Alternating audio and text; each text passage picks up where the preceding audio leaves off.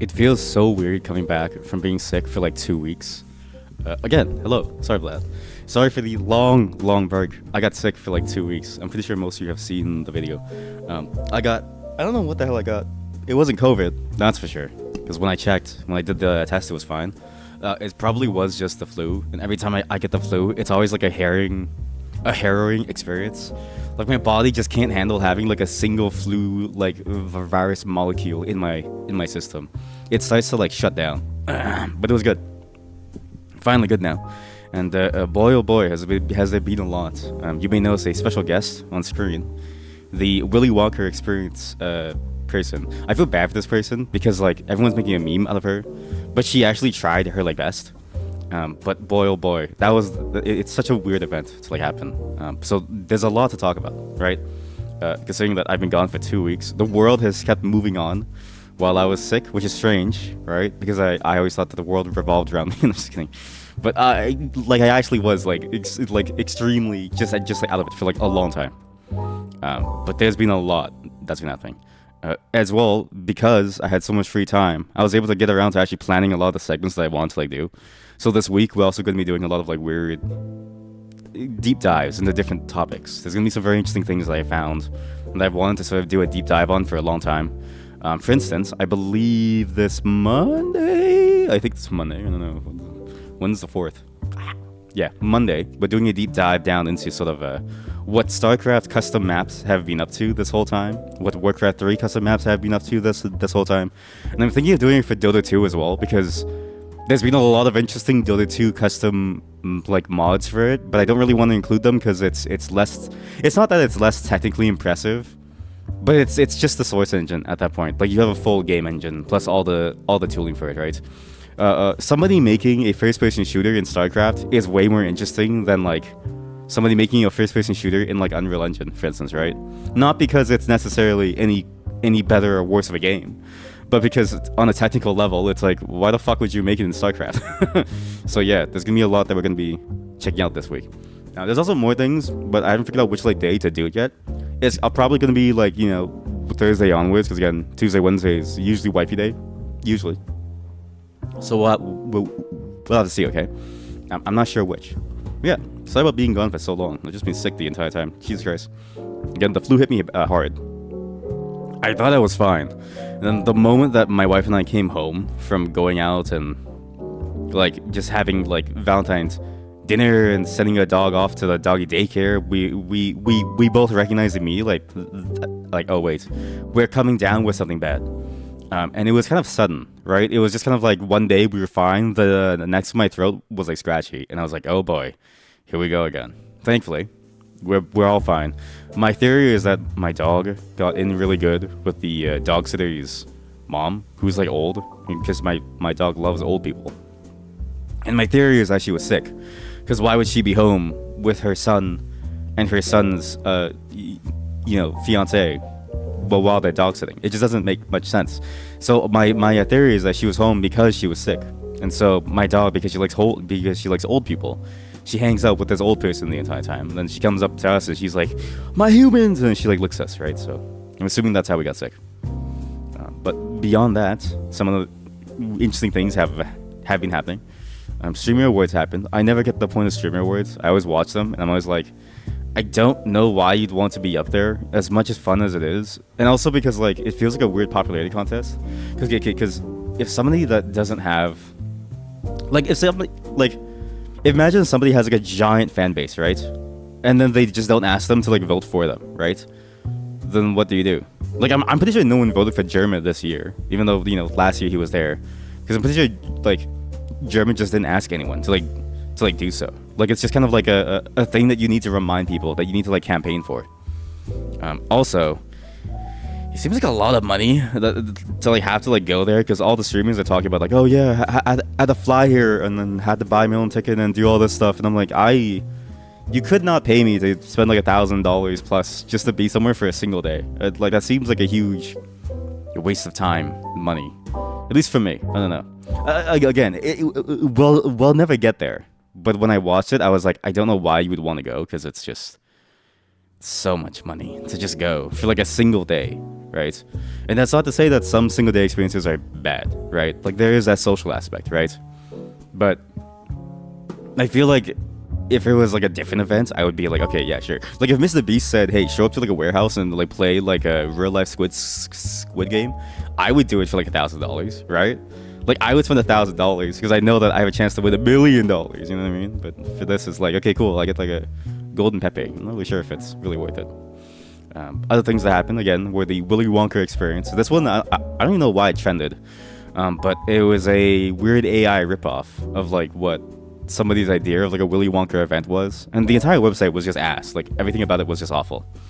And it's fascinating to see this stuff sort of like propagate around because there's no reason for it to, but it's just like one of those weird things that like the internet allows us to see. Is the internet allows us to see like really weird, shitty local events. I remember growing up, there were a ton of weird, shitty local events all the time, and I wish I kept a record of all of them because like some of them were really fucking weird and some of them were really fucking awful. But now they've just kind of like died because back then recording stuff and taking pictures of stuff just wasn't a very common thing. The picture of this poor lady has been going around as like, well, but she's actually like the best part of the entire thing, and she didn't get paid yet, which is so frustrating to see. So I stand in solidarity with her. She should be paid. But it's interesting to see how weird that event was. They had a character called the Unknown pop up from behind like a trash can, and it was like the person walking the kids around, because it was like a kid family friendly thing, and you paid like what $35 to go in for a Willy Wonka experience, and it's literally just like two benches, like two picnic benches, a little like canopy or like an awling, and that's it, and a sign saying "Welcome to the Willy Wonka experience," and her like candy stand thing, right? And then you have this like dude called the Unknown who pops up from behind the trash can. I watch Willy Wonka like every year because my wife has this obsession with rewatching old movies, and between Willy Wonka and Shrek, I think those two are her favorite. But we keep on watching it, and every time that we do, I've never seen a character called the Unknown in my entire life, ever. Oh god, I didn't blow my nose. Give me 1 second. No, whoops, I forgot to mute. So my theory is that Unknown character is designed to be like a child traumatic character, or like a very traumatic character for children, right? That was made specifically by the organizer to really sell the fact that this is a terrible event. I can't think of anything else that would make sense. That event was awful. In also other funny news, and also you may hear my voice change here and there because I'm still kind of sick. I'm not really like super sick, but I'm still kind of sick. The Whitehouse has said to stop using C and C++. They didn't really, right? But that's what everybody is memeing about. So if you don't know, we're going to get technical for just a moment here, okay? C and C++ are programming languages, and they're designed for performance first. I mean, for performance and to get you as low as possible to the machine without you having to dive down into assembly, which is like, the lowest that you could possibly go. Obviously, it's not exactly the same as being as low down to the system as you possibly can, because like the abstractions that it uses for pointers and stuff is not actually how things really are done under the hood, like for quite a few are like different pieces of things. Like realistically, it's just layers of abstractions on layers of abstractions, right? But it works. It works really well. It's used to make very high performance things like games, or like I don't know what else seems to be fast. That thing that was like folding at home to figure out like why we get protein folding. What's the protein folding thing again? It's like Jacob Creutzfeldt, right? Jacob Creutzfeldt disease, or mad cow disease, or like something. So we use it for like stuff like that to help us figure out, okay, well, things and like do things very, very quickly. And the White House officially put out a statement this month, about a week ago, I think. Again, I've been sick for 2 weeks. That said, we need to move away from stuff like that. We need to move towards tools and languages that are much better and that are much less liable to cause certain issues that these languages do. The simplest example that I can tell you is like this idea of like taking user input and just doing something with it and just like keeping it somewhere, right? So it's like a 5-line program to take user input, and if you do it the naive way, you immediately run into this issue where if you type too many letters, or if the thing that you're storing it into isn't large enough, it doesn't hold enough space in it, what ends up happening is that you can just cause a buffer overflow, and then people can just rewrite memory to do anything. This has some interesting uses, right? There are actually quite a few practical uses for this. You may not know this, but I think it was Jack X Racing, I believe, for PS2. I think it was Jack X Racing for PS2. There was like a huge online bug for like a while, and what they had to do was they had to do a buffer overflow in their own game through their online notice system, which they have like a web page that it was always pointing to, and they would write code to like write arbitrary code into like onto your into your game so that it would patch your game for the rest of its time. Because back then the PS2 there was no patching system. Like it just wasn't really, like nobody really built a patching system because it would have been way too expensive too, right? Like the only one that was there was for the one MMO, maybe two, but I don't remember what the other MMO was. But Phantasy Star Online had kind of a patching system, and that game had a lot of interesting issues. But for something like, just like a Mario Kart, like, racing game, they had to get creative with it. It's also used for things like game mods and stuff. So this Monday we're going to be exploring a lot of different game mods that go over this stuff, and that use this technique very, very well. In fact, all of the mods that I'm going to show you on Monday are basically made using the technique of just gaining access to any random portion of your computer and just writing whatever they want, whatever code that they want. And that's good, right? Where it isn't good is when it comes to your bank account. Where it's not good is when it comes to systems like your hospital stay, like, records of your healthcare and stuff like that. Where it doesn't work well is when you need to deal with, government systems. Or even when you use like a third-party service. Like imagine you just use Amazon, and all of a sudden your credit card is stolen, right? And you might be wondering, okay, well, what will happen? Well, usually, I think it was a study done by Google, Microsoft, and some others.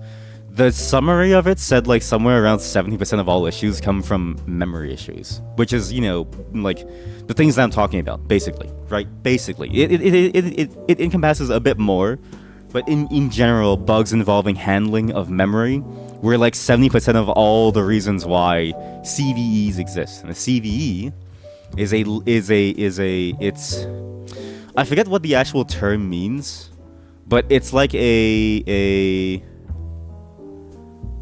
do I say this? It's an exploit that we know exists, that exists for a particular service, that the service knows exists, that they've assigned a name to and a severity. So it might be high priority, where it's like, okay, well, if you use this service, just change all your passwords because it's all gone now. Or low priority, like, okay, if you use the service, you better move in like 5 years because somebody might show up at your door, right? Like stuff like that. And then people who find it may or may not report it and may or may not get some money for it, but at least we know about them in some form. Whether it was found internally or externally, it doesn't really matter, right? And again, the system is really built on goodwill. So if somebody finds an exploit and they can make a lot of money off of it, there's a very high chance, I'm just telling you right now, that they probably haven't told a single soul about it. Because why would they tell a single soul when they just make money off of it? So the Whitehouse, in a very weird move, I don't really know why they did this, but it also kind of makes sense if you think about it, right? I haven't really read this yet, but I read the summarized sort of like press release kind of thing. Has said that we need to start moving away from things that are quote unquote difficult to use and lead to these issues, and move towards things that are much more guaranteed to be safe, right? It's not saying outright like we need to do it for all of them. It's not also outright saying that we need to do it now, but it's saying if you have a choice and you have the ability to choose and you're able to make the right assessment call, we need to move away from using things like, memory unsafe languages towards things that are safer and easier to use and less likely to run into these issues, for the sake of, moving towards a future where stuff doesn't break all the time and people's stuff doesn't get compromised all the time. My theory is this is in response to a lot of the things that have happened recently. Within the past, a couple of months, there's been a lot of different, ransomware groups that have sprung up, that have died, but that have actually taken a lot of different companies by storm into, ransom. and it's been a big issue for like a long time, but it's only really started to become like a huge, major, I think, sticking point because it's starting to like affect like the bottom line of the entire country. I'm pretty sure, because if you look at like how influential tech is now from like a pure like financial sense, tech brings in a lot of money, and tech has a lot of different things that it has tendrils in, and so it's important, I think, from the perspective of the government, to sort of like try and get some sort of action going towards moving to a much safer future, because ultimately the bottom line of the country that they govern is like kind of tied to it, right? Like if Apple falls tomorrow, I don't really want to think about what would happen, but it wouldn't necessarily be good nor bad, but it would definitely be more on the bad side than like good, I think, right? Like there's just so much money wrapped up into it that it would be kind of like wild.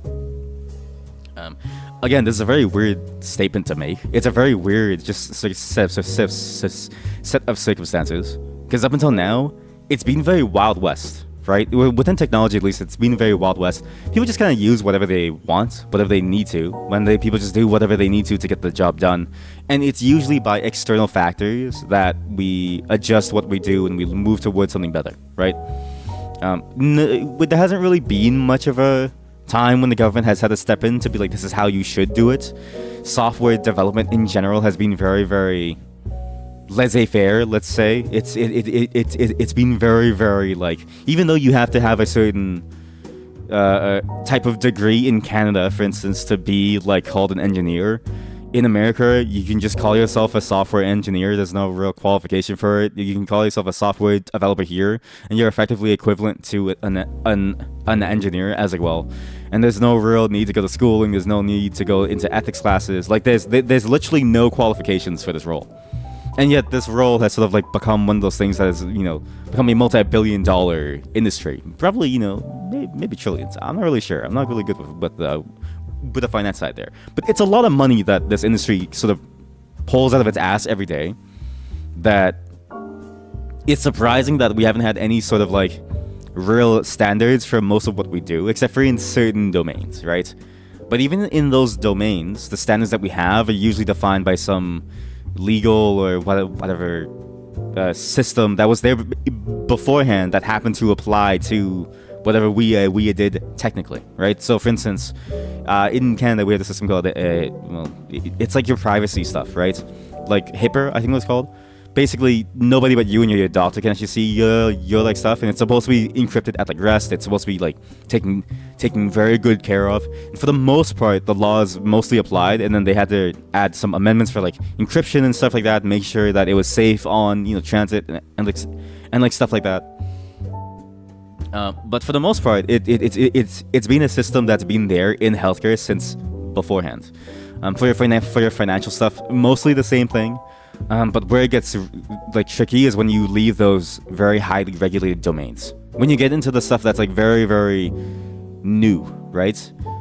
Giving your credit card to Amazon, there's nothing stopping you from getting it stolen. Giving your full address to PayPal to get your stuff even giving you a full address to like say Uber Eats or something, right?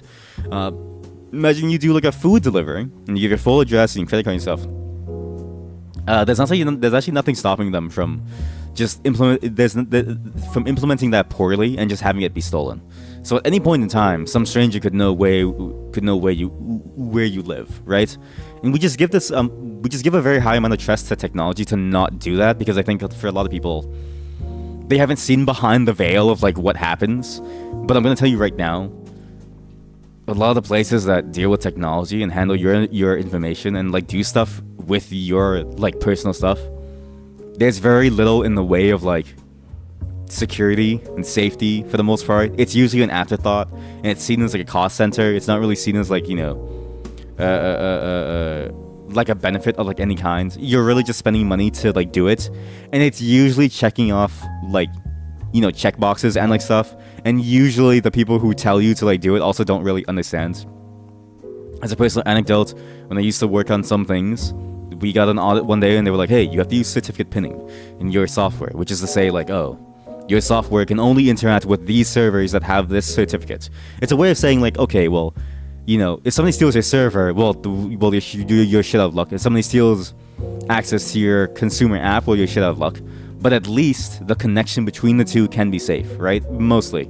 And so it was a way of saying, like, say your mobile app is only allowed to talk to your servers to get information from there, and only to log into there, and anywhere else your app should reject, right? The problem is that system sucks, because if you don't update it in time, you could brick your entire app.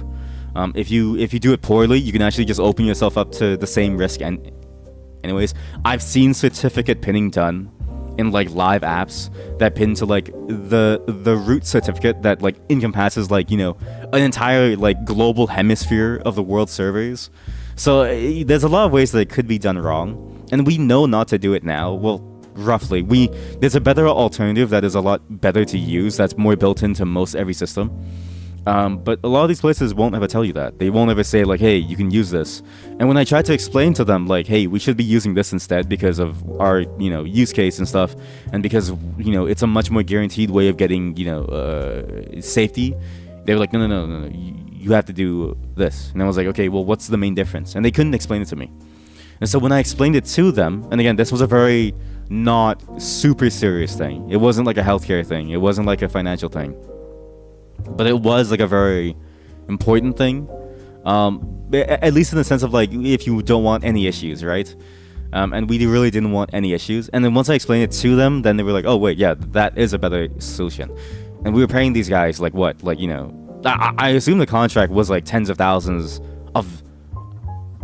of dollars worth of money per like year to like audit our stuff. And I'm like, what's the point if you don't know anything, right? So again, this is like, even the professionals don't really know, because the standards move so quickly that everything kind of like falls to shambles, right? And we're still learning about what this means. So it's fascinating to see that the White House actually pushed out a statement on it, and it's actually quite it's from the little that I skimmed of it, because I didn't read it in super detail because I wanted to see what it was here like live, because I thought it would be like fun.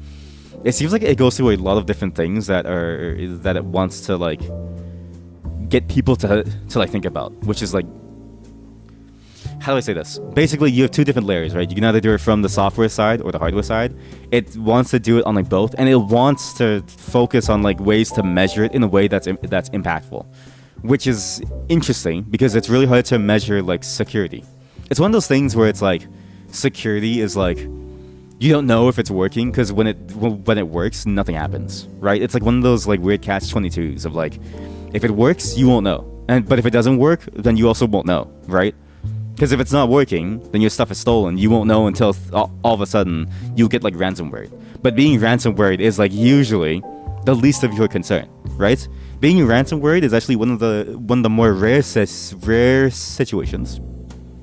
Usually, the way you find out is you happen to see a log that's like, oh, that's weird. Our database has been accessed like outside of our corporation for like months, and wow, it's been like, and it happened like months ago, right? And then you don't really know if it's being sold anywhere, but you can make some assumptions, right?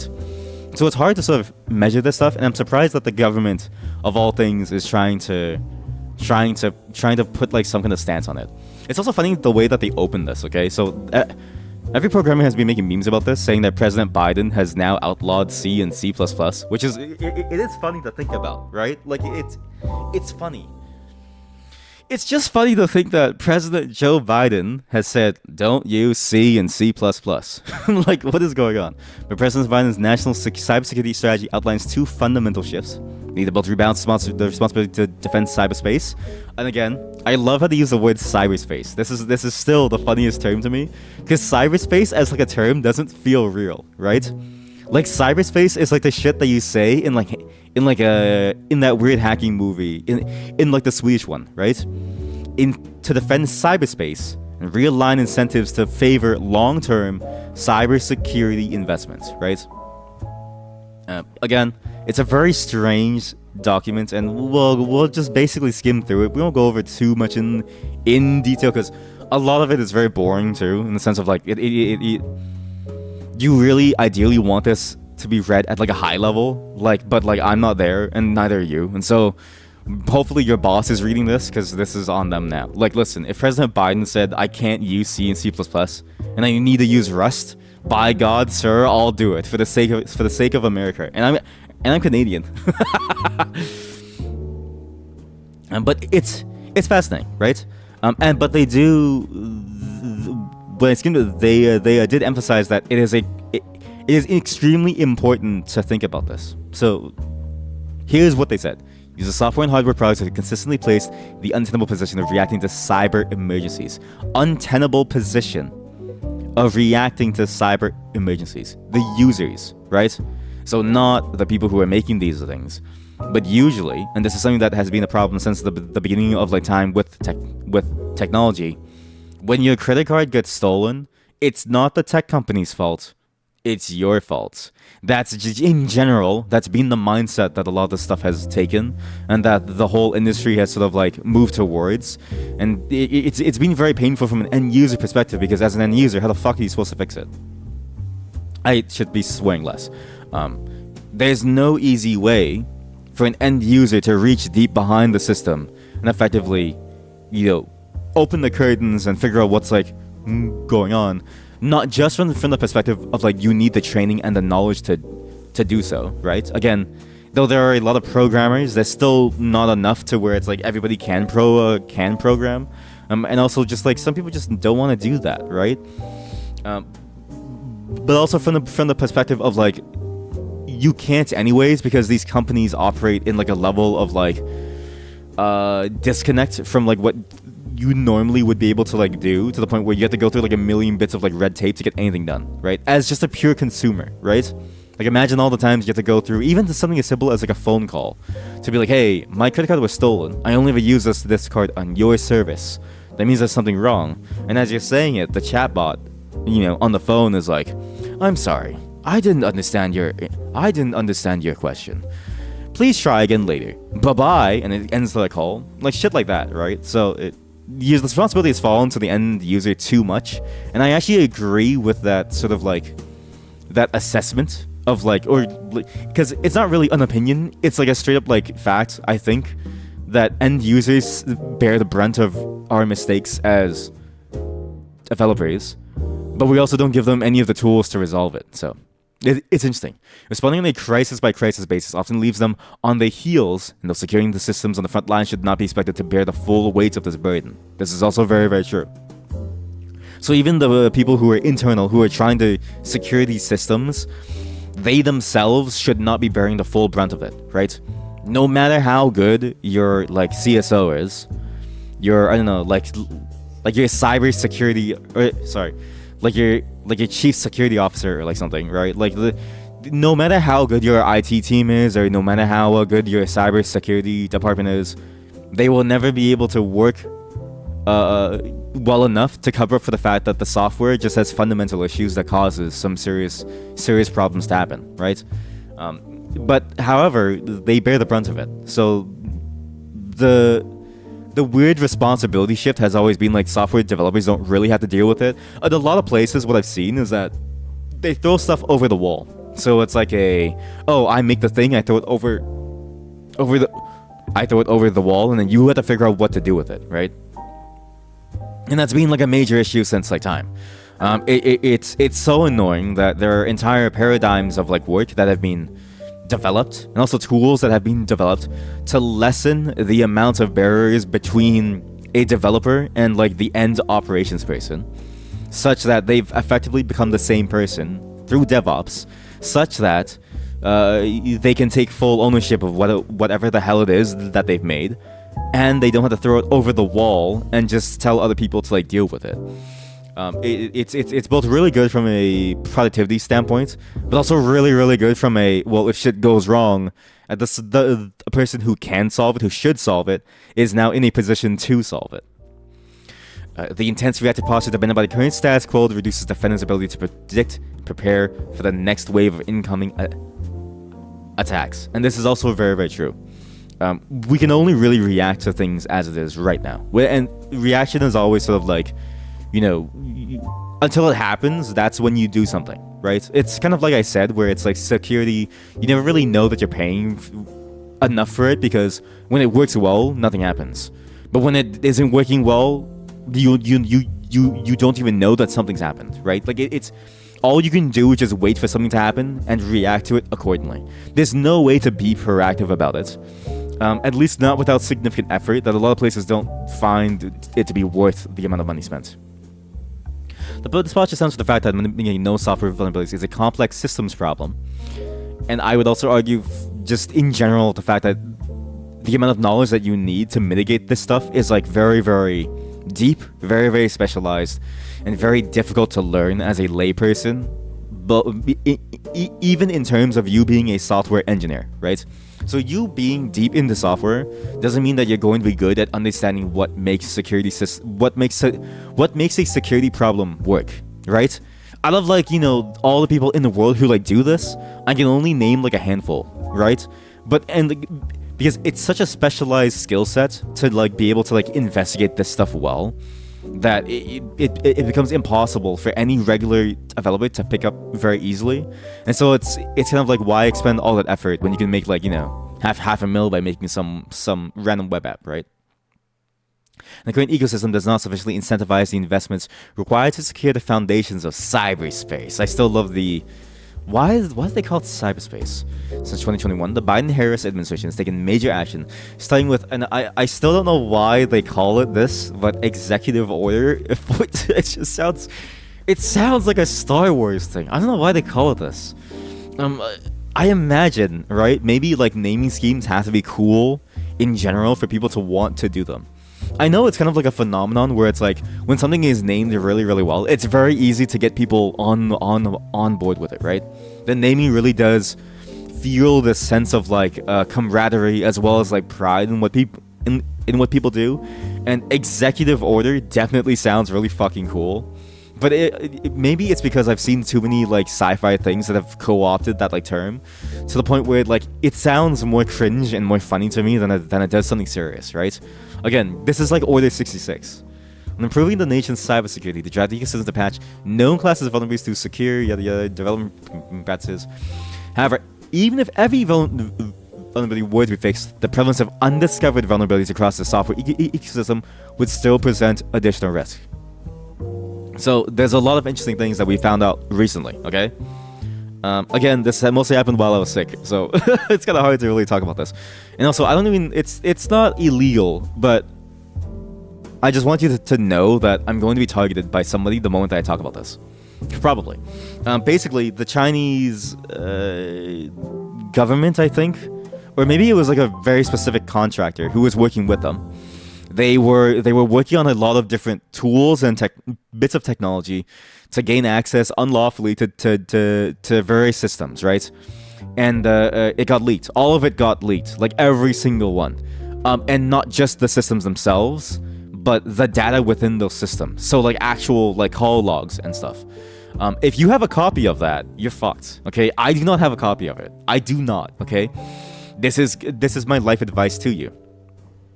If you ever see something appear that's illegal, and you download it, they're going to find you. You are not, you are not safe. They're going to find you. And if it is of national importance, like if it is a national security matter, you will have agents showing up at you. Not Asians. It's my accent. Although, I mean, you could. It is the Chinese government. Like, you could. But, my accents, man. I know too many languages. But agents from the government will actually show up at your door, right? It is not something to play with. So if you ever see this stuff, don't download it. Read other people's assessments of it and hope that they have systems in the place to mitigate their risk, or hope that they're out of jurisdiction. Because the only people that I've ever seen do like a deep dive on the stuff, they were in entirely different places that were outside of this place's jurisdiction. But a bunch of different systems were leaked. A bunch of different, data points that they gained using these systems were leaked. And effectively what the government is talking about here, the premise of undiscovered vulnerabilities, you may have heard under another term called 0 days. Boy, oh boy, this company used a lot of them. They had ways of getting into every single device in the world without requiring like major changes to your system. For instance, like you didn't need like root access on your Android phone, which was usually what you needed to like do to like gain any kind of deep access to all systems. It just worked. They had it for iPhones, they had it for Apple iCloud, they had it for like everything. They had it for like random phone systems too. And in that same, because the whole leak happened on GitHub, which is a repository of the code. In that repository, there were call logs, and there were call logs from multiple different governments. So there was call logs from, I think, a Vietnamese police station, like a Philippines like arm of the government. Like there was a bunch. There was actually a lot of different things that were found out, and it was scary to know definitively that the level of cybercrime that's done on like a very national level, on like a governmental level, is like extremely in depth, and they have tendrils everywhere. Talking about the Chinese spyware, yes. Also, welcome. Long time no talk. I've been sick for a long time. But yes, the Chinese spyware. They've had their hands in a lot of different places, and it's something that we kind of knew about, right? Like anybody who knows anything about cybersecurity always had the assumption that this was true, that this was going to be the case, but we never had definitive proof. And so for the most part, it was just what's that term? For the most part, it was just conjecture, right? It was just something that we imagined could be possible, that it was a theoretical. Now we know it is a practical, and we know for sure that this is happening on a much larger scale than I think most people are, I guess, like happy to hear about. But we've also kind of known this for a long time. There's a very interesting story. Do you want to read like a very interesting story before Wired went to shit? Because there was a time period where Wired was like very, very good. Called the Stuxnet. It was called Stuxnet. It was like a worm that was used to worm its way through. A wormy worm on a warm summer day. It was used to worm its way through the Iranian nuclear sector. And so it actually started like breaking their systems to make nuclear like warfare or just like nuclear refinement tools, right? Like it was very fascinating read, and it was a very fascinating read, and that came out in I think 2007. So we've known that this stuff has been used on in a very adversarial way for a long time, but I think this also sort of opened the doors to like, oh, this is being used against everybody, and this is being used even if you're not a high value target, because there's just lists of names of people's names of just random people in Vietnam or in the Philippines or like anywhere, just on that GitHub repo. And it's like, okay, well, like for sure, like your information right now is like known. Like somebody knows you at this point. Somebody in some random office knows about you in some random place, and they do it because there's an incentive to like have the capability to do this stuff, because knowledge is effectively power. It's very scary to think about, but like that's the stuff that we don't know about until somebody leaks it, right? But if nobody ever leaks it, you'll never know. Another interesting case of a 0-day being used was a recent exploit that was discovered and recreated from somebody's attack. So somebody got hit with this 0-day, and then they were able to recreate it, I think, through a series of like steps. I don't even know how they like did, but I think that was the general timeline of it. Basically, iPhones had this vulnerability where if you texted them something, you could just all of a sudden gain full access to their device. And the chain was like 9 or 10 actions long. Like you had to do 9 or 10 different actions starting from that one first action. And it made use of a 0-day, which is a day one vulnerability of an undiscovered one. Well, I guess undiscovered doesn't have to be a 0-day, but for the most part, if it's undiscovered, I'm gonna call it like a 0-day, because it's from day one when it was introduced, it was never known, right? The vulnerability that it used was in a library that was made to sort of like handle like text rendering and like stuff that I think was introduced in like the 90s. I think that was when the vulnerability was introduced, and one of the people on Twitter, they were like, "I'm so sorry," because the guy worked on it. Like he was the guy who initially worked on it. And he was like, for 20 or 30 years, this has been sitting there, and it's only because I missed it in a code review 20 or 30 years ago. And so this stuff happens, right? It happens on a not infrequent. in a not frequent on a not frequent basis, but it's frequent enough to where we hear about it quite often, and there's always a new steady stream of things that will come out, right? There's a whole community that like handles or that tries to disseminate information about the stuff as well online, called like the OSINT or something. It's just a general term of like people who like practice this stuff. It's very fascinating to sort of see, right? This release, this technical report from the government is surprisingly very, very aware of these things. I just always assumed that the government doesn't really know, right? But they seem to really be hammering down on like the correct things here. But let's see what else they like say. A proactive approach that focuses on eliminating entire classes of vulnerabilities, reduces the potential attack surface, and results in more reliable code, less downtime, and more predictable systems. So, again, what I said before, there's a whole class of issues that usually leads to this stuff. And I don't remember the exact study, but I do know that Google and Microsoft did find in their own independent studies that roughly around 70% of all CVEs are like caused by some memory issue. And being proactive about it means like, okay, well, how do you lessen that? Well, you use certain techniques or tools or even entirely different programming languages to get to the point where you can mitigate this stuff entirely and you reduce it completely. And that's a very good approach, right? It's ultimately why we sort of like implement and create so many new things to try to make that a reality, right? Because as powerful as it is to be able to have full control over your memory layout and stuff for like full performance, most people can't handle that kind of power. Oh, is this the Rust doc? It is. This is the Whitehouse Rust doc. This is President Joe Biden saying that Rust officially is better than C++. I just want everyone to be clear about this. I think this is the only programming language that has gotten official presidential endorsement in its entire history. I'm pretty sure. I don't think a president has ever come out and said, I love C++. Like, I don't think a president has ever said that. But here, I'm assuming at some point, do they name drop Rust? Trust. They do! Look, they actually name drop it. Yo! Okay, well, we'll get there eventually. That's in like chapter 5. Okay, but it's gonna be interesting, right? Because we spend so much time making these things, but ultimately places still don't use them because for them it's like, okay, well, why bother? And they believe themselves to be able to write code so well that they're able to mitigate these problems. Because it's true. If you can write code really well and perfectly with C++ with the latest standards, you do basically get rid of all of these issues. Even if you write C++ like it's 1998, you're still able to do a lot of different things that will help mitigate these issues all the way down to like 0, right? But I'm going to tell you right now, there is barely a developer alive who can do that, okay?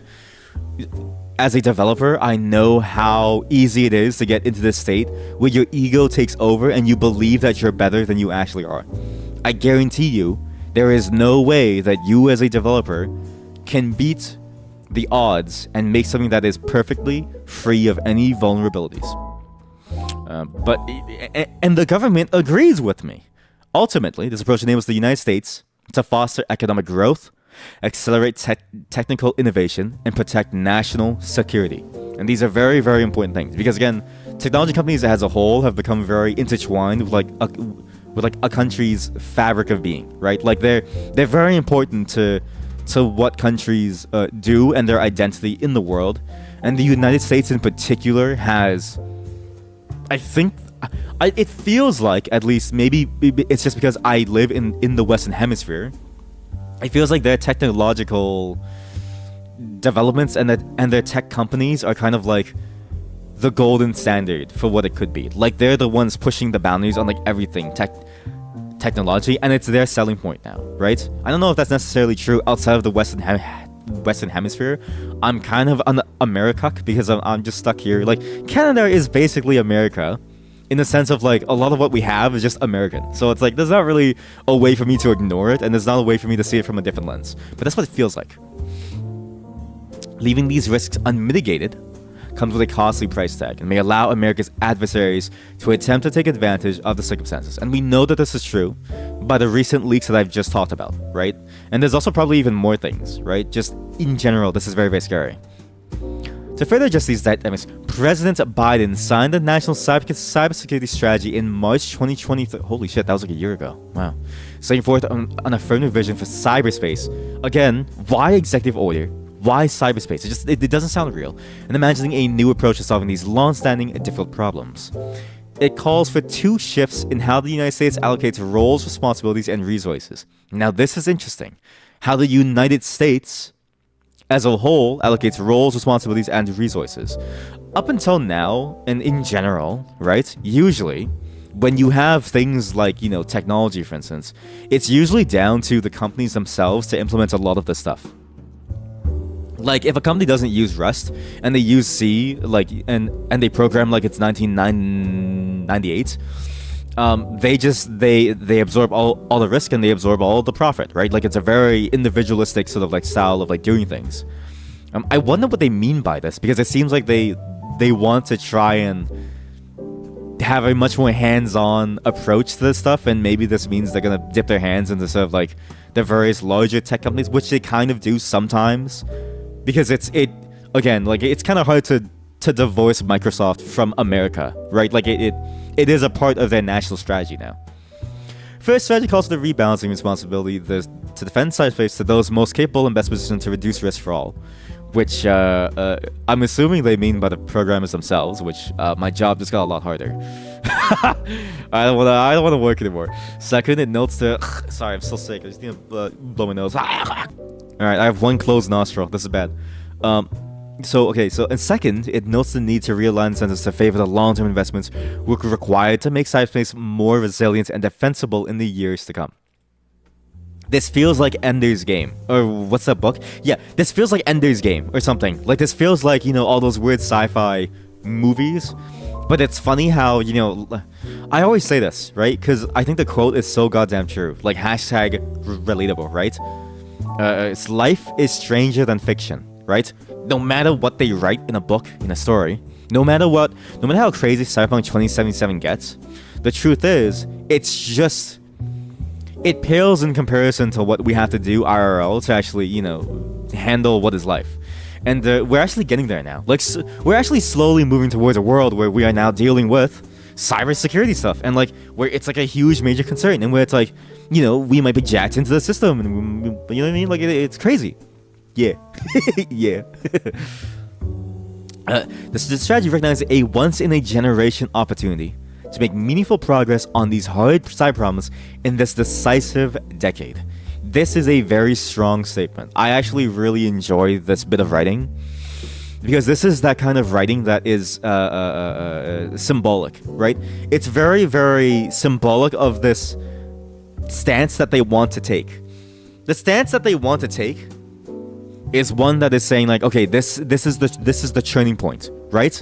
And we can't wait any longer, because the problems are simply too much, and we can predict what the problems are going to be, and by the time we get to the future, it'll be too late. And it's also saying like, we are the only ones who can do this now, and we must set the standard now, because there's no way in hell in the future are we ever going to get consensus on this ever again. It's a very, very strong statement to make. I actually like this a lot. It's very fun to read. Since its publication, yada yada yada, you do stuff, get technological, whatever. Progeny of the strategy. Wait. The National Cyber Workforce and Education Strategy. Progeny of the strategy. This sounds nuts. This sounds like writing for Halo or something. Lays out the plan for employers to grow their cyber workforce and educators to expand access to cyber training. I don't know if you guys have ever had to deal with this, but I had to do a review of college classes and university classes. I was asked to sit in once to review it, because sometimes universities will find people in the industry to sit down to be like, hey, would you like to review this stuff so we know that we're teaching our students well? And I was like, fuck yeah, I'll do it. I never went to school, so I gotta take a free class. Let's go. And my god, Chad, some of these classes fucking suck. Some of these classes really suck, okay? There are some really good classes here, really, really good, But most of the time, the classes that I sat in, I was like, I don't know if they're gonna come up with any usable skills, right? And I wrote a I wrote a very scathing review. I was like, you're setting these children up for failure. And mind you, this was like post-secondary, right? So they're like 20, 22. But I was like, you're setting these people up for failure. And I was like, please, for the love of God, work in these industry standards, work with these people, take these like tips. They still haven't done it. But in general, I find most schooling for stuff that's very cutting edge, like technology, to be very, very behind unless you go to very specific classes. You need to shop around a lot. A lot of them suck. Yeah, exactly. Cybersecurity with AI and consciousness uploaded to the cloud with Neuralink. I don't even want to begin to imagine that. Can you imagine? Like, imagine one day, right? You upload your consciousness to, like, the cyber cloud. So, sorry. So, what did Biden say? Biden said cyberspace, okay? Imagine, okay? You're there with Joe Biden in cyberspace, right? You're having a tea party. What do Americans drink? Probably sweet tea. Probably that, what's that tea from, Panera Bread? Panera Bread, lemonade. Charged. Me and Biden, we're sitting up in cyberspace drinking charged lemonade, right? Getting 3 times our daily recommended dose of caffeine, right? Then all of a sudden, his face starts to, blank out, and there's error signs everywhere. Boom, I've been hacked, right? It's like in Soma or like something. It's like freaky. I don't even want to imagine that. Me and Biden having sex in cyberspace. I mean, theoretically, that's where AI is trending, right? AI is trending to like where, okay, listen, I can't think of a very good use for AI that isn't just gonna be like worse. You know what I mean? Like, there's some use cases where it's like, if you're somebody who has the skills, but you want to take kind of a shortcut to being able to, like, say storyboard or like concept art, right? Then maybe I can see it. But the way that AI is done now, and the way that AI is trending in like how people use it, and people will always use it for the lowest common denominator thing. I don't doubt that that's going to be a reality very soon. If not already, I'm very surprised there isn't AI porn of like Joe Biden sucking someone's dick, right? Like it's just, it seems like an inevitability, right? Because something that we've had that for a bunch of celebrities, for random strangers, like it's going bad, right? Soon you'll see my stick figure sucking dick. Soon, I guarantee you. Sorry, we got sidetracked with cyberspace and sex. Where were we? Programmers, there we go. Okay, programmers. Okay, so this is where my job gets a lot harder, okay? This is when I decide to retire. Programmers writing lines of code do not do so without consequence. Wow, that is a very powerful statement. And again, I need to emphasize here. There is no standard for what is a programmer. There is absolutely nothing that really defines what a programmer is. There's no requirements to be a programmer. Only in Canada does being a software engineer have a requirement of you having to go to an engineering class and thus the ethics courses. But you can still be a programmer, and which is effectively the same as a software engineer, right? But you don't have to go through any of that. And so you can skip ethics, you can skip safety, you can skip a whole bunch of things, right? You can just go right into it from your bedroom, which is both a great thing and a bad thing, because it means ultimately that we're getting people who don't really care about stuff like security or, safety or people's, livelihood. You know what I mean? Like, stuff like that is very important. Evangelion ending is, in a way, just a big orgy if we think about it. You're not wrong. Not that I can recall what the ending is, but every video that I've seen of that show has a lot of sexual energy in it. Every single scene in a show. And I don't think that's a mistake. I think that's intended. But yeah, that I can see that. Especially because at the end, like, they become like angels and like stuff, right? And they go into the sky and stuff. Something like that. It's a weird fucking show. The way they do their work is of critical importance to the national interest. The shift from reaction to strategic preparation highlights the enormous influence the technical community can have on the security of a shared digital ecosystem. Okay? We can't have a future like Evangelion, okay? Or Evangelion. I don't know how to say it. I don't want a future like that. I don't want a future like Cyberpunk. I want a nice, normal future where we're not worried about my tea kettle exploding, right? I want like a normal experience in life. I don't want to have to deal with this, so we need to start doing this stuff. That's basically what this report is like saying, right? This report articulates a dual approach. First, in order to reduce memory safety vulnerabilities at scale, creates a software and hardware can secure building blocks of cyberspace. What? Building blocks of cyberspace. Oh, I guess like, yeah, okay.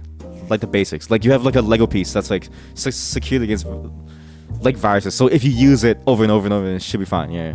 This report focuses on the programming language, oh god, as a primary building block and explores hardware architecture, which is also very important actually.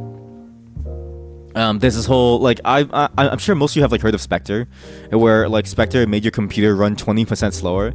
So all the gamers in the world, gamers, we're being held back by cybersecurity. Gamers, we get 20% less performance because of cybersecurity. I don't care about the cyberspace. I care about cyberpunk. But basically, yeah, even from like a hardware architecture level, there are a lot of vulnerabilities there that have had to have been mitigated in recent years, because it would have otherwise resulted in like catastrophic results like throughout across the entire board. Basically, is what I'm trying to say. Sorry. For methods as complementary approaches to achieve similar outcomes. Second, in order to establish better cybersecurity quality metrics, which is very important, because again, security is. It's a bit like Schrodinger's cat, right? Like you don't know if it's dead or like alive. You don't know if security works or it doesn't. Because if security works, then you don't see the problem, and so you don't know if it's working. But if security doesn't work, you don't know until it's too late, or you may not even recognize that it's happened at all. Cybercrime is one of the more difficult ones to even figure out, because it's very easy but also difficult to know what's like going on. Like it's easy to know that something happened, but it's very difficult to know what the hell happened, right? Like stuff like that. Without building it into the system itself, there's no way to know like, oh, well, I guess everything's gone, change the passwords, right? It's very hard. The research community can adjust the hard and complex research form of software and measurability, which right now, I'm not kidding you, a lot of places still use lines of code, okay? I had a boss who was they had a hard-on for lines of code. And they were like, how come you do so much work, Stick, when everybody else doesn't do as much work? And I was like, because I'm taking the easy tickets. I push the hard ones to them. The ones that require a lot of brain power, I give to everyone else. This report, the exploitation shift, whatever. This work cannot be accomplished by government action alone. Now, this is a very key statement, and it's true. This has to come from like a very individual level as well, because the way that it's structured, the government does not have full control, right? Like it really is down to like everybody getting on board to the same thing. And as memeable as this is, I kind of wish every programmer reads these reports, because it is important in the sense of like, okay, this is ultimately about the ethics of your job, and also about like what you can do to sort of like stay ahead of the coming tide, right? Because if not today, then maybe tomorrow. We'll have to change how we do things for the sake of the world to make it better, right? And there is a level of responsibility no matter what you do, but as a programmer, depending on what you work on as like a product, that level of responsibility rises and rises in terms of how much impact it can have on someone's life, both in a positive light or in a negative light, right? If I'm dealing with your payment information, for instance, it behooves me to read this stuff and take care in what is being asked of me, and to think about ways to mitigate this stuff as well, and to read, the latest research on this stuff, because I don't want you to go broke, because that's going to cause, that's going to be worse for the end user. That's what I'm trying to say. Sorry, I'm still sick, so like things are hard. These approaches will be ambitious statements that require persistent, multi-sector focus. There are no silver bullets, but power comes through the alignment of today's resources with tomorrow's God, who writes this? Whoever writes this, I want them to write more. I want to meet the people who like write these reports, because the way that they say things sounds so cool. You know what I mean? Like, with power comes through the alignment of today's resources with tomorrow's aspirations. The future prosperity and security of the digital ecosystem requires determined cooperation with the technical community. And then, God Bless America starts like playing, and like the American flag like drops through your like spine or like something. To reduce the burden placed on end users, part 2, securing the blocks of cyberspace from cybersecurity threats, efforts must be made to proactively eliminate entire categories of software vulnerabilities. And look, this is CVEs, that I mentioned earlier, CVEs, and now we know what it means because I forgot what it means. Common vulnerability and exposures, common weakness enumerations, and look, they even talk about C++. Okay, now we're starting to skim slowly. American bald eagle. I didn't know that there's a bald eagle emote. Holy shit. Experts have identified a few programming languages that both lack traits associated with memory safety and also have high proliferation across children's systems such as C and C++. Again, there is no way that you as a programmer are going to be able to mitigate all the issues. Again, my simple example of handling input from stdin, which is, again, is still a very funny name to me because std, I'm not going to get into it. From handling input from stdin and doing something as simple as a string copy into an array is already like a, whoa, buddy, you've just run into a buffer overflow. It's 5 lines to get to a buffer overflow, right? I'm pretty sure you can get to buffer overflow in 2 lines. I'm pretty sure, right? There has to be a contest somewhere where it's like the least amount of lines to cause a buffer overflow, right? There has to be. But there's no way that you're gonna be able to like understand that without understanding what it means and without reading the like standards. Again, this is the standard for string copy. If I go to CPP reference, and this is the only site that you should be using. This is the only site that you should be using is CPP reference. Okay, there's a lot of other sites like C++.com. That's a fake website. Don't even bother. The information there is useless. You want cppreference.com and look at the string copy, okay? Unless you read this, you have no fucking clue. Copies the character string pointed to by source, including the null terminator to the character array whose first element is pointed to by destination.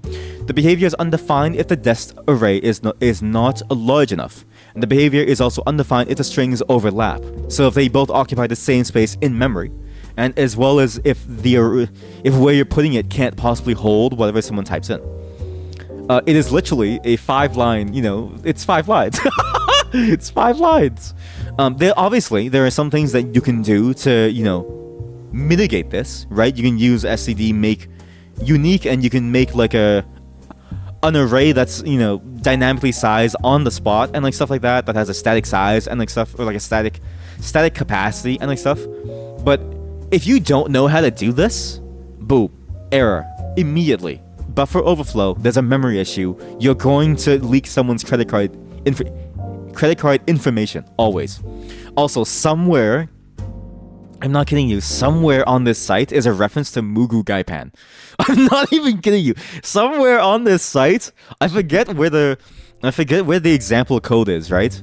There's a line of example code that references Mugu Gaipan, which is the funniest fucking thing ever. Anyways, I just wanted to make that clear. It's you are not a good enough programmer. Nobody is to be able to do this well. 5 lines to your demise. Exactly. Choosing to use memory-safe programming languages at the outset is recommended by the cybersecurity and infrastructure security agencies. Open source software security. Holy fuck, that's a long title. CISA. As recommended by CISA OSA, is one example of developing software in a secure by design manner. I'm assuming that at some point they're going to talk about Rust, but this is talking about this is talking about what a memory vulnerability is going to be, and it also gives examples of like older ones, which is the Morris Worm, Heartbleed, BlastPass, Spectre on like a hardware level, which I know they mentioned further down in the hardware section. There's a lot of things. It's been happening since 1980. Like, it's been happening for a long time, guys. A long time. Sorry, I'm still so sick. Let's go down to where they mentioned Rust, because this is the meme, okay? So Rust is a programming language that is designed to get rid of an entire class of issues known as memory, right? Like it tries to get rid of an entire class of issues that is related to memory, right? By way of making it such that you need to be very explicit about how things move around in your code. Again, as my example, doing this, in C++, what happens if this is all in between this and like this?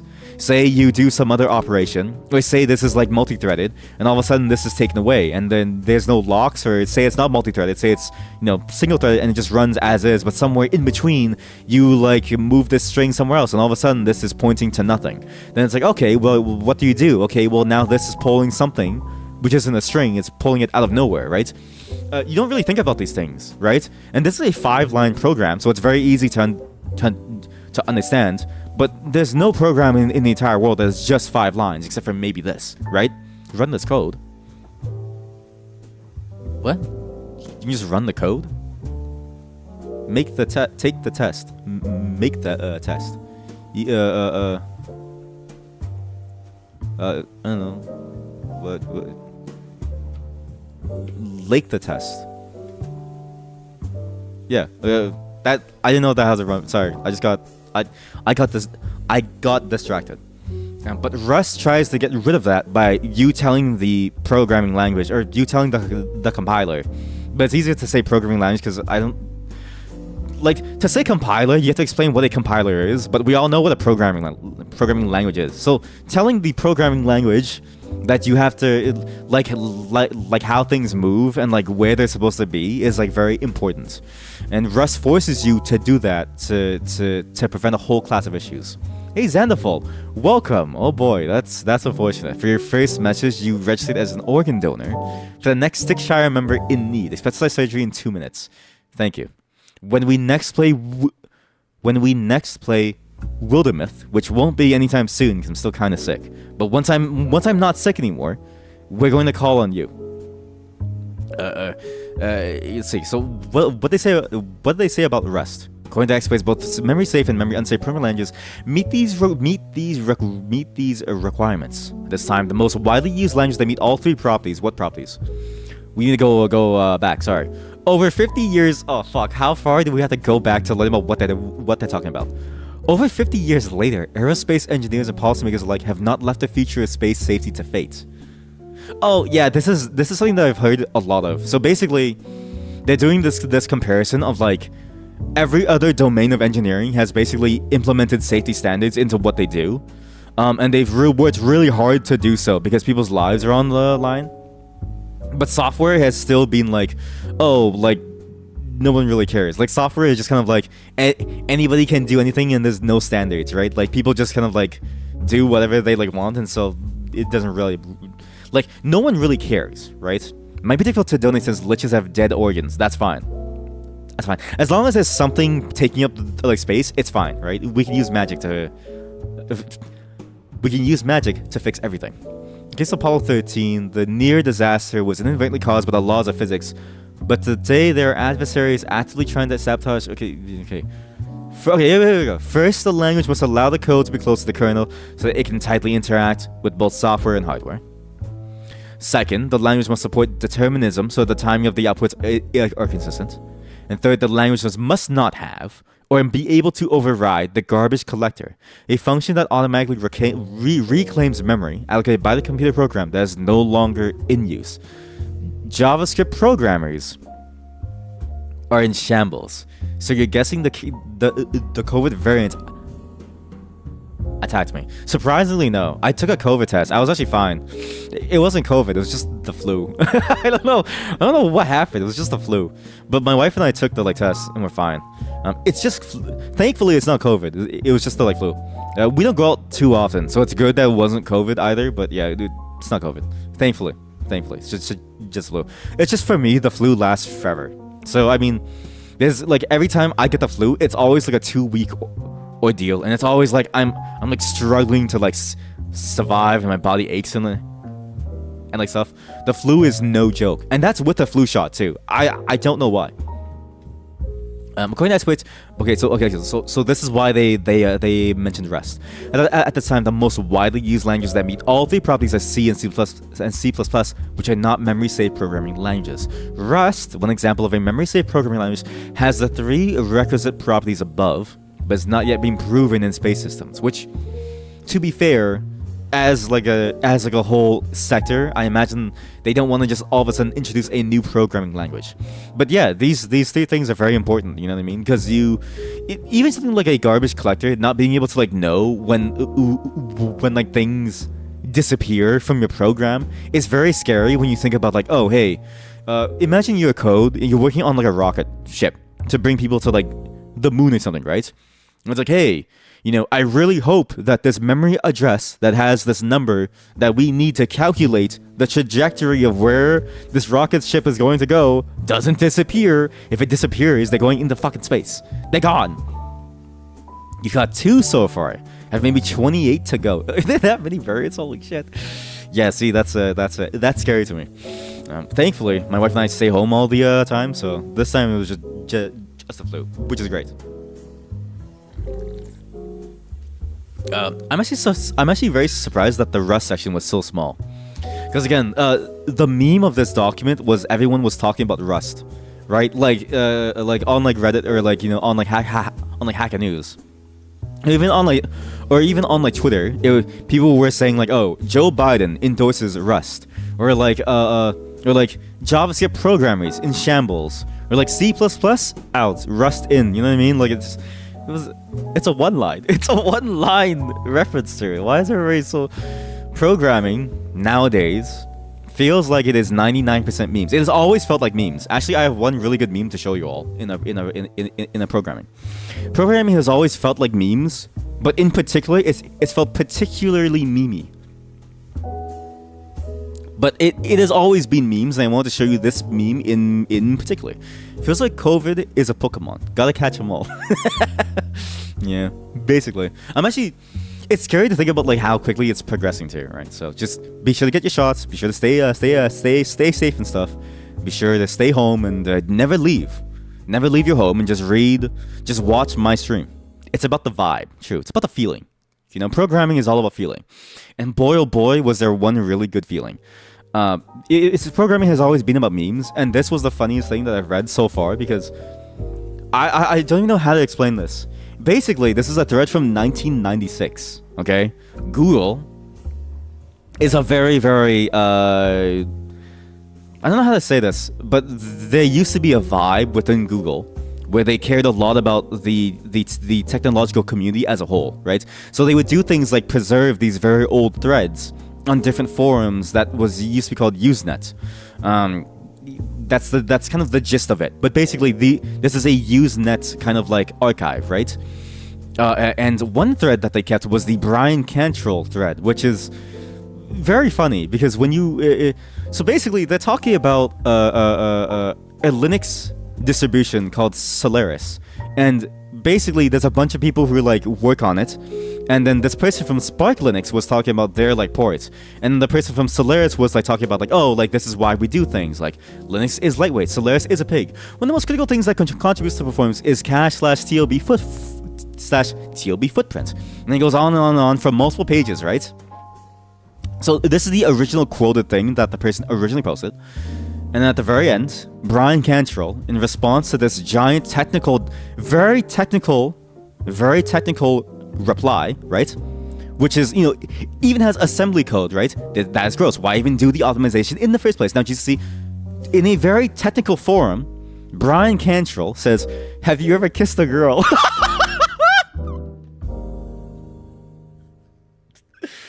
Oh, fuck, that's funny. Have you ever kissed a girl? Like, I know you said all of this, David Miller, right? But have you ever kissed a girl? Cantrell's post was one of the funniest things I've read on Usenet to date. I laughed out loud even.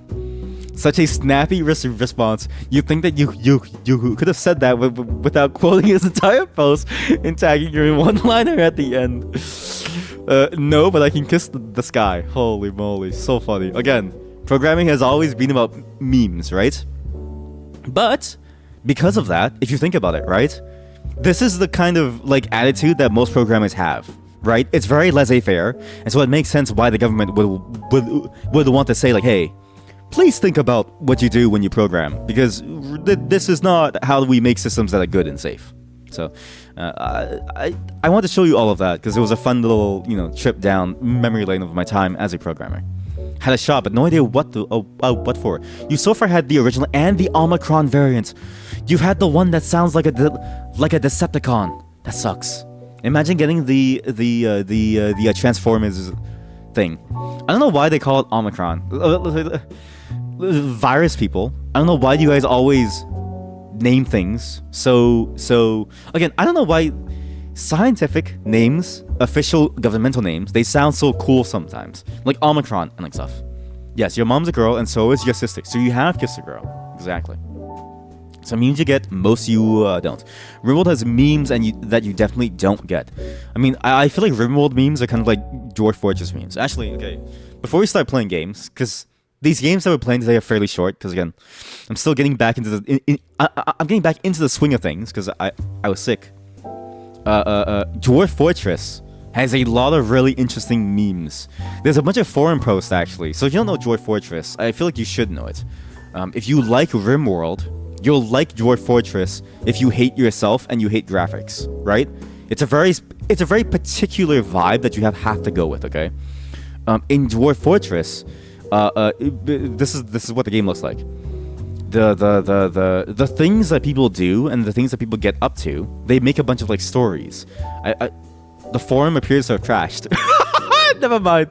The forum's down. I can't show you. But there's a section on the forum that is dedicated to things like, the stories that people do, and whole memes spawn from it. Like the whole cat meme, and like the vampire like pit meme, and like stuff like that.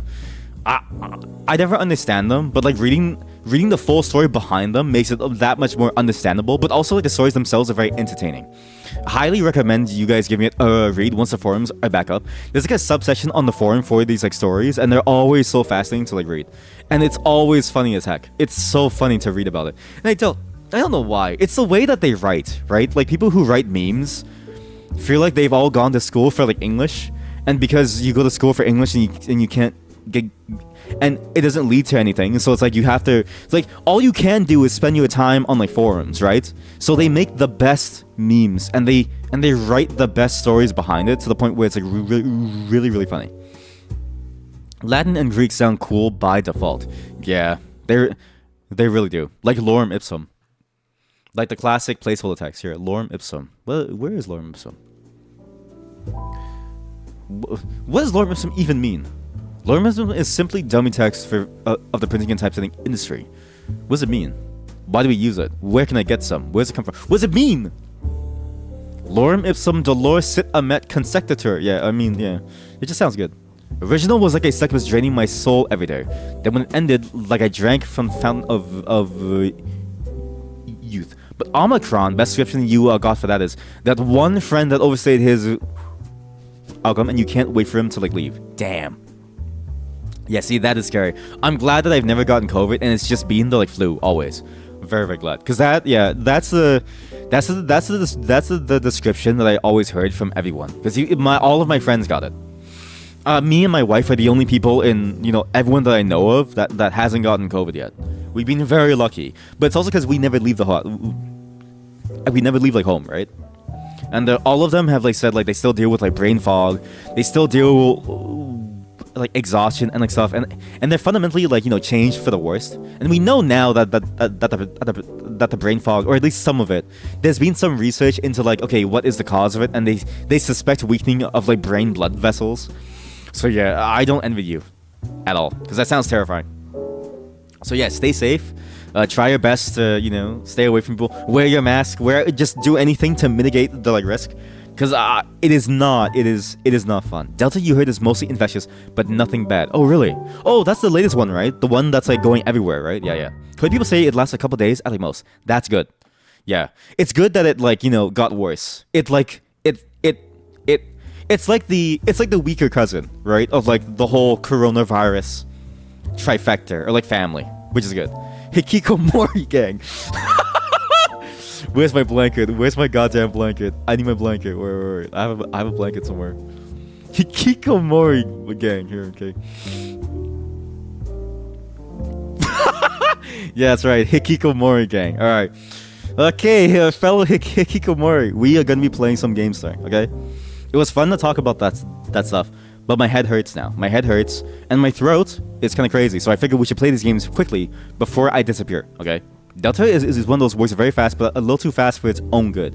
Yeah, that makes sense. I guess it's like a what's that? There's like one illness that's like that too, where it's like it could be worse if it lasted longer. But because it works so quickly, it like doesn't really have the intended effect, and so it like doesn't do anything to you. I feel like a lot of illnesses are kind of like that, where they're too effective. Oh, you know what that reminds me of? You guys ever played this is a game here? Sorry, one more tangent, because this is a thing that I always had to like deal with every single time. Shoot, what's that mobile game? What? Wait, sorry. Just trying to figure out. Wait, what? Wait, no. Not this. Here we go. This is the game. Oh my god, yes. Ho. I can't see anything yet. Sorry. I can't see anything yet. Have you guys ever played Plague Inc? This was my jam, okay? I loved playing this because it was the only game that my phone could like run for like a long time. I got a phone like way later than like anyone else. I got my first phone starting like at like 19. So this is a really good game. Have you ever played this? It's a game where you build your own virus and you need to spread. I always messed up, and I always made my virus too powerful too early. So I would only ever be able to like kill like maybe 50% of the people in like Iceland. Maybe, right? But this game is great. It was always a balancing act of like how far could you spread, dealing with your mutations, how deadly was your virus, and how much you could get done before the world government made like a vaccine for it. Which is also funny because Plague Inc. makes it feel like that would happen. But the truth is, I think Plague Inc. was one of the most unrealistic games because all of humanity banded together to try and stop my virus. Whereas in real life, if I made a virus, like if I made my Plague Inc. virus, I don't think anybody would like care until it's too late. They found patient 0 in a small town in USA. That's pretty good. I like that. Yeah, this is a great game. Highly recommend you play it. It's free. Try to make your own for Plague Inc. Try to do a lich one, like a zombie one. That's actually smart. There are a few. Like last time I played this, they added like a bunch of like new different like types of like viruses that you could make. So it's not just like viruses anymore. You can also make like like zombie ones or like brain blaster ones, like a whole bunch of ones. You can even make like bugs now, which I saw, which is kind of cool. You can make like giant living like worm creatures that like go up your like head and like stuff. Like a mix of Necroa and Shadow. Like what? Necroa and Shadow. Oh, like necromancy and like yeah. That makes sense. But yeah, this one. Yeah. Oh, that's what you mean, Necroa. Sorry. My brain is slow. I'm still kind of sick. But yeah, this game is a lot of fun. Highly recommend. One day we'll play it live on stream because I do kind of wonder, could we ever make a virus that could destroy everything? Like, it's good that I don't know science, right? I feel like I would do a lot of things to experiment, to like just to try. But we're not gonna talk anymore. Well, we're still going till I talk, but there's a lot of games I want to show you all. Again, because I was sick for a while, there's been a lot of things that we had to catch up on. That's why today's talking section was a lot longer, and also it was just fun to like talk. Because I missed all of you. I actually did. I missed hanging out with all of you, and I wanted to sort of see what's like going on. I want to show you guys what's been going on in the world that I found interesting. But I also found a bunch of weird games that I play. Okay, as a comeback, we're gonna be doing some games that I found that aren't necessarily the usual, right? But things that I've been wanting to play for a while that I thought was really cool that I wanted to show you all. Because I feel like, imagine if we came back to Astra Libra, I feel like I would fall asleep, right? Like, I wouldn't be able to survive at the helm. But figuring out the editor is like trying to figure out Unity. Wait, how do they actually let you make like custom viruses in the game now? Plague Inc. Unity editor, or like just like editor. You can make a map. You can make it's a scenario creator. Sick. Yo, I didn't know that they had this scenario data, Disease lab. It allows you to create a custom plague to use in your scenario. Yo! Okay, sick. Well, okay, maybe we'll try this at some point. Okay. Thank you for letting me know. That's actually sick. I didn't know that they had this. Wow. They really do. Last chance to play Plague Inc. The Cure. What? For free. Plague Inc. What? Plague Inc. Armageddon games. Holy shit, there's a lot of games. Rebel Inc. What is this? He stopped a deadly insurgency. How many games do they have? Wow, wait, they have like a million games. Holy shit. Rebel Inc. Escalation. This game looks sick, actually. Wait. New DLC, Dollars and Disasters. Okay. We're gonna try all of these out at some point. Thank you for this. You have now started yet another segment. Do you have any idea how many segments we have planned? This is too many segments. But it's worth it. But there's sadly very few tutorials out there, and some aren't very helpful. Yeah, that's fair. I mean, like, it's one of those things, right? It's one of those problems that I always find that always happens. Is like a small indie game will make something really cool, but because it's such a niche like game, and it's such like a niche thing that people don't really think about much. Your level of knowledge is always going to be gated, hampered by the size of your population. Sorry, my brain paused there for like a long time. I've noticed that a lot actually. In a lot of games, there's some really cool modding tools, like in Riftbreaker, which is a tower defense ARPG kind of like thing. It's really fun. The modding tools in that game are impossible. They had a modding contest, and I tried to make a couple of mods for it for the contest, but there's like no documentation because it's such a niche game that it's basically impossible to find anything on it. And so it's one of those things where it's like, unless they have official documentation, it's very hard to figure out what to like do. Sorry, just give me a moment as I start to use this first game up as well, because I forgot what the link was. Just in case you can't remember where and when you followed me, think it was when you were hunting RPGM devs. Wait, was it actually? Listen, I'm telling you right now, if you came here for game development knowledge, I have none to give you. We only did it for that one time, but like we're gonna finish the game now that we know what to like do. But if you're looking for like hard-hitting knowledge, you're in the wrong place. I highly recommend you check out Pirate Software. He has even more things. Also, I need to go actually get some more water because I ran out. I'll be right back in just a moment. But this is a good time to take a small break. I'm gonna let you guys listen to some music, and then when we're back, we'll play. We'll start our first session of like what this thing is. Today's session's list of games is gonna be very interesting. BRB. Just give me 1 second to start the like song. Pirate Software is too big a streamer for you.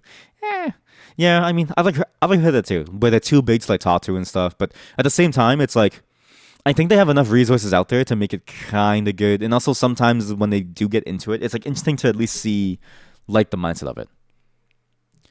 But I definitely get that sentiment because it is kind of hard to like, you know, be able to like know like, or to be able to slide in basically into their DMs. So I'm trying to find the song that I wanted to show you all. There was one really good song. Fuck. Where is it? This one. This song that I want to show you. It's called 19. Okay, by Rob Arujo. I don't really know how to say his name. Oh god. You can't hear it yet. I mean, the song. Okay. All right, I'll be right back in just a moment. I'm gonna go get some water. I'm still kind of sick, so I do need this drink. In the meantime, enjoy the music.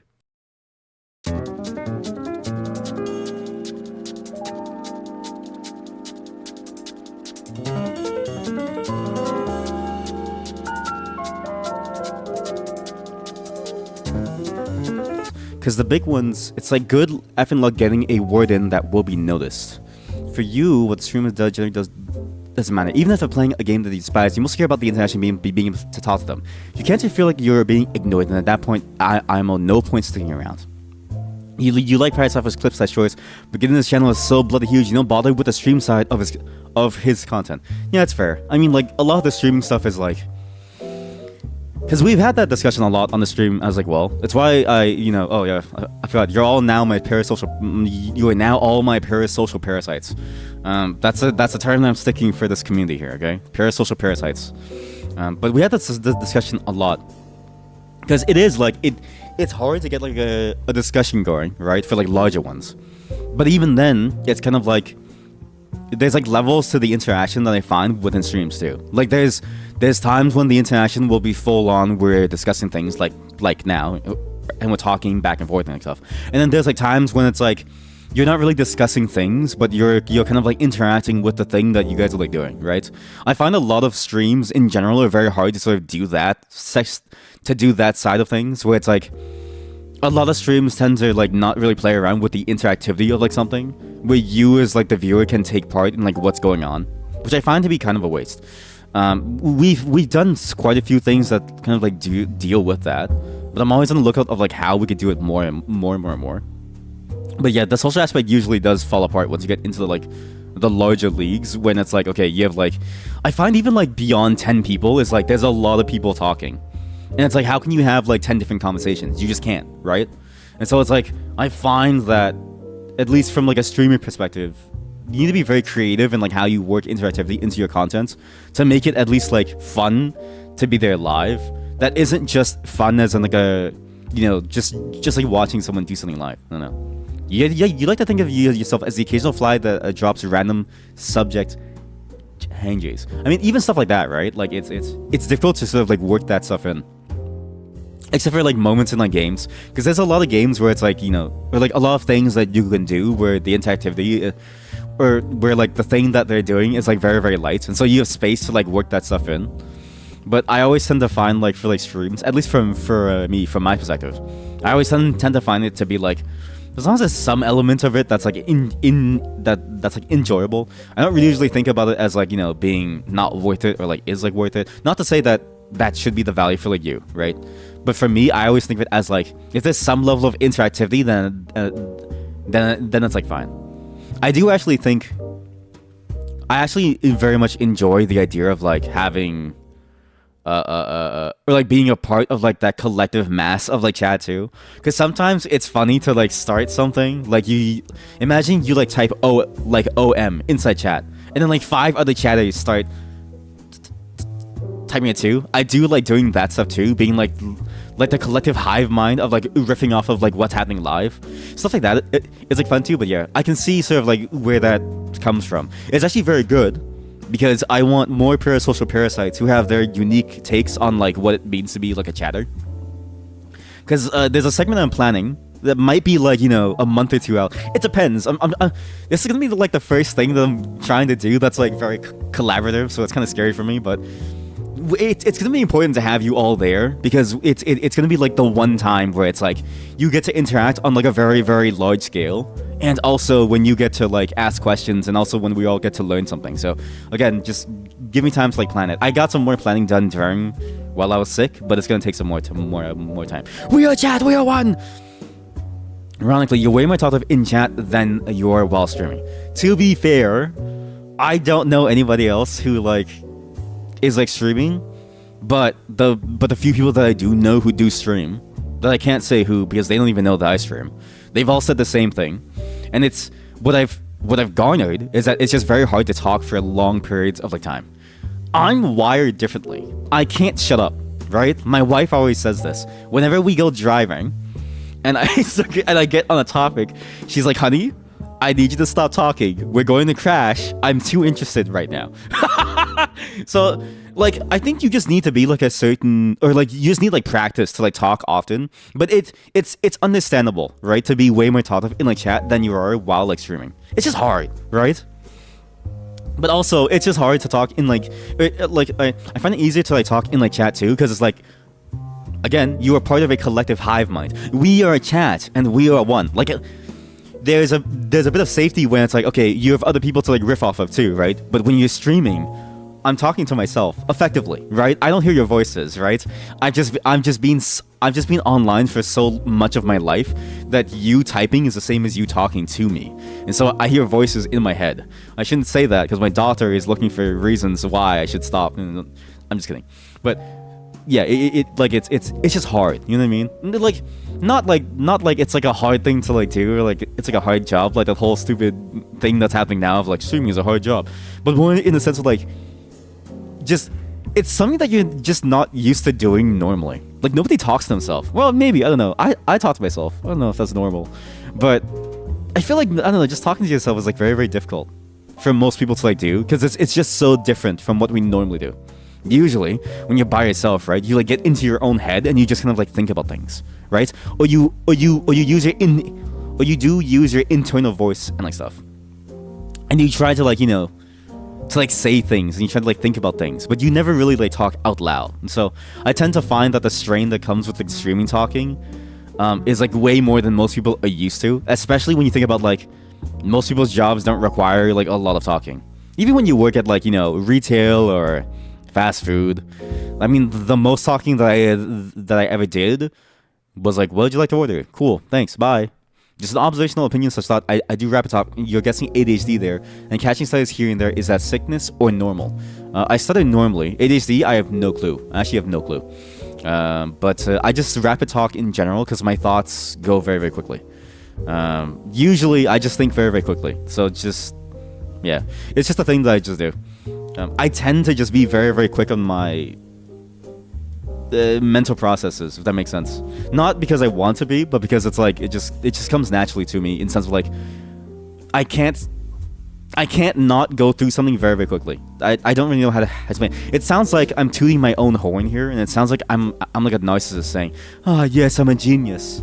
But I just tend to find that like I go through things very, very quickly, and so the rate that I talk at matches how quickly I'm able to go through something in my head. But the studies, yeah, it's just like a normal thing.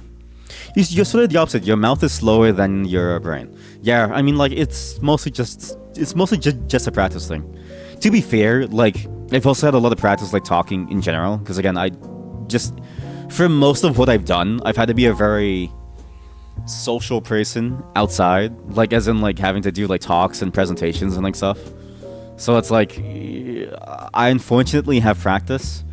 But I imagine for most people, again, like just most of what we like do, it's just very rare to have to be like the main talker on like something. Like most people that I know of have never talked on like a stage before, right? And that's like a very normal thing.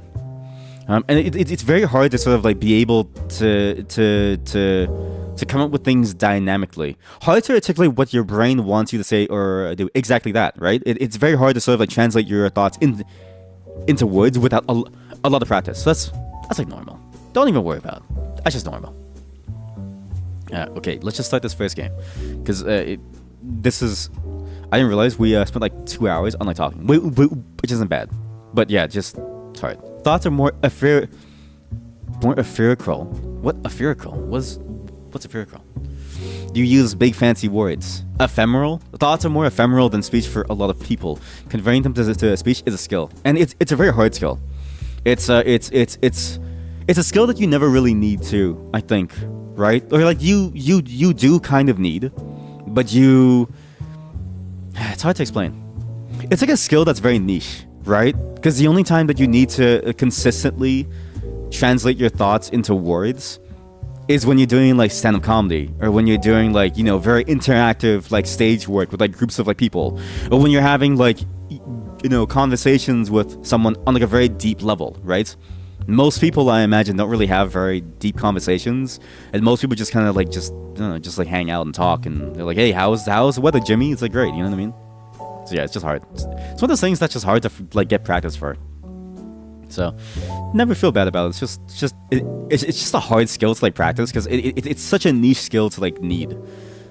Again, even when you're like with someone for like a long time, like my wife and I, when we have like deep like talks, it's like very long conversations, but there's no need for us to very quickly, you know, convert what we're thinking of into some sort of like meaningful sentence. Like we can just say something and we'll slowly take our time to like work through it, right? Like it's just a very niche skill.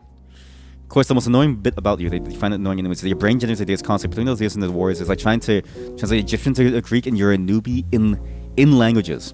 I mean, that is a very common problem that I've seen many people have, and it's like it's just one of those things where it's just like practice. But yeah, I understand that sentiment a lot, in the sense of like my brain is constantly always active and constantly trying to think of like things, and I imagine most of you chat, if not all of you, probably get that feeling of l'esprit d'escalier, where you think of the thing that you wanted to like say in the moment of as you walk down the stairs. The spirit of the stairs is what it translates to, literally. And it's a thing where it's like, in like hindsight, when you think back on the situation, you have the perfect response to something, but you didn't have it in the moment, and so what you said in the moment was like way less cool, right? And it always happens to me. I always have some concept in my mind, and I always actually, I don't know if you run into this problem. I will always have the correct sentence in my mind, but when it comes to actually saying that sentence, I can never get that sentence out properly, ever. Right? But I'll have all the words in my head, but the moment that I say it, I forget the words almost. It's like weird. Basically, in the heads of a lot of people, thoughts often a mesh of speech, visuals, and abstract structures. Yes, and you need to convert it into pure speech, which is very, very hard. Exactly. Yeah, because you know there's so many different facets of our brain that like work in like tandem to like form like a coherent thought. And like a thought is like so complex that just words alone, it's very difficult to wordsmith something that can capture the full complexity of what you want to convey. Because again, it's such a lossy medium. Like in general, speech is a lossy medium. It's why I don't really care like how good people's language is here. As long as I can kind of understand and get to the point of what you're saying. It's why I always find it funny when people say like, oh, like I'm sorry for not having the skills to say something, or I'm sorry for being bad at like English and like stuff. And I'm always like, dude, like language is just hard, right? Like just talking is like hard, and it's a lossy medium because you have to throw away so many different things to like make it work, right? Like I can't reach into your head to figure out like, okay, what is the context of this? I can't see the things that you see. I can't feel the feelings that you feel. I have to like, you have to somehow figure out how to communicate that through like words. It's always going to be lossy. We'll say though, you find yourself syncing with my more rapid talk. Like the more I talk, the more your brain wants to sync up and just be just as fast. I've heard that a lot too. Yeah, actually, you're not the first chatter to say that. I'm pretty sure Heb said that last time too. Habosaurus. I'm pretty sure Feathers. I'm pretty sure everyone has like said that here. Everybody said that, and they've all been like, yeah, like it's like a nice drone of like words, but like at some point it's like their like brain is trying to keep up and they can't, or like they just don't want to anymore and they drop off. So maybe from now on I'll start talking like this, which is good because this next game that we're going to play is going to require me to talk like this. I actually have the game ready. And this game is actually going to be interesting because all of you can actually join this game, I think. And it's actually going to be interesting because this is a game that is immediately understandable in a way that the other one probably wasn't, at least the other ones that we've like tried. So this is going to be a very interesting experiment to see. From 2 weeks of not streaming, I feel so out of practice. I'll come back. It feels like I'm so out of practice in like what I'm able to like do, which is strange. I don't know why, because it feels like it should be fine to like like it feels like I should have the same rhythm as I did before, but after not streaming for 2 weeks and coming back, my brain feels addled, very addled.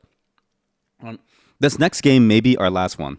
I can't find the exact song that Chili Gonzalez worked on with Daft Punk, but he worked on their last album, which is still sad to say, called Random Access Memory, which is it's still sad that they're gone. He does a lot of like interesting work with hip hop and like piano, and also electronic and piano, which is like strange. It's like a strange mix that you wouldn't really think would work, but he blends them together very, very well. It's nice. Addled. So like not adult. Addled. You also suggest this. White Bat Audio, they do synthwaves, cyberpunk trance, copyright, and royalty free. Yeah, I'll check it out after. Whenever I play songs on this channel, it's usually just to show you guys what I've been listening to. But I will check that out after. It's always good to add some more songs to my copyright-free playlist. But for the most part, I usually just like use like copyright-free jazz, which is nice, very chill. But yeah, thinking about it, I do feel kind of addled in general. Being sick does that, and being out of practice does that too. It may be surprising to you, but I am kind of tired, So, unfortunately, despite my fast pace, this next one will be our last game. but this is the one that I've been waiting to play for a long time. Okay, so I'm glad that I'm now able to like play it, because this is one of those games that it's. I'm going to say we're only going to play for like an hour, and we're going to be playing for like hours. Okay, I've been waiting to play this with all of you, chat, all of you.